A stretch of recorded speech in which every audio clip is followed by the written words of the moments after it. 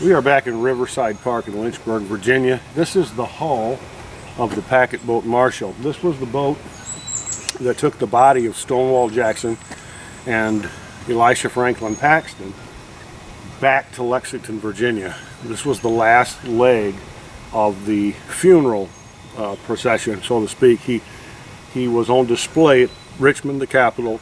Stonewall was, and then they brought him down the canals.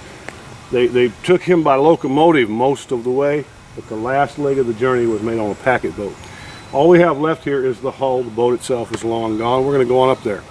So not only was the body of Stonewall Jackson and General Stonewall Jackson and General E.F. Paxton on this packet boat, making the procession from Lynchburg by canal to Lexington, but also Alexander Sterrett Paxton, who wrote Memory Days, and he detailed this extensively in his journals.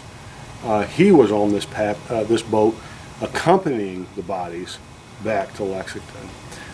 Alexander Sterrett Paxton survived the war and became the headmaster of a boys' school in the state of North Carolina. You can order his book Memory Days on Amazon.com and just type in Memory Days, Alexander Sterrett Paxton. God bless you. After General Thomas Stonewall Jackson died on May the 10th, 1863, as a result of wounds suffered a week earlier at the Battle of Chancellorsville, his body was transported first of all to Richmond for public mourning and then to Lexington for burial. Much of the journey was by train, but the last leg of the trip was by water, what I just told you a moment ago. It was aboard the James River and the Kanawha Canal, and this was the packet boat Marshall that took him to that end of the journey. On Wednesday, May the 13th, the train bearing Jackson's remains pulled into the Lynchburg, Orange, and Alexandria Railroad Station at about 6:30 p.m. The businesses in town were closed that day. Church bells were tolling and cannons fired as large crowds were gathered in Lynchburg to pay their respects to General Thomas Stonewall Jackson. There was an evening service held at the First Presbyterian Church, and then the coffin was placed aboard this packet boat Marshall, and mules connected to the vessel by tow lines began to pull it slowly upriver.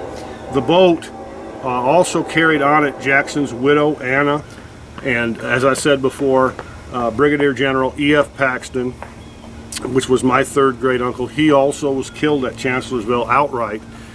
Jackson actually was wounded at Chancellorsville. He was moved to Guinea Station, and he died about 10 days later, not from the wound that he received. He had lost his arm, but he died from pneumonia. General Paxton was on this boat as well, his body, and Alexander Sterrett Paxton was accompanying them as a guard.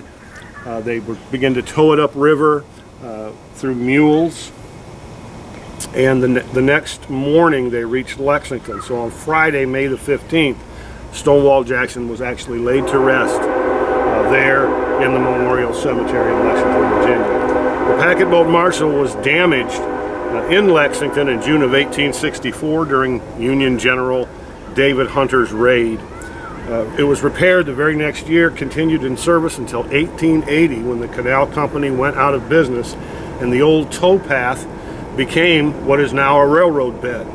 The Marshall was docked near Early Street and served as the home of Corbin Spencer and his sister. But in 1913, a flood buried the vessel in the mud, and the iron hull, which is right behind us, Angie's going to get a picture of it here, was excavated in 1936 and placed here in Riverside Park.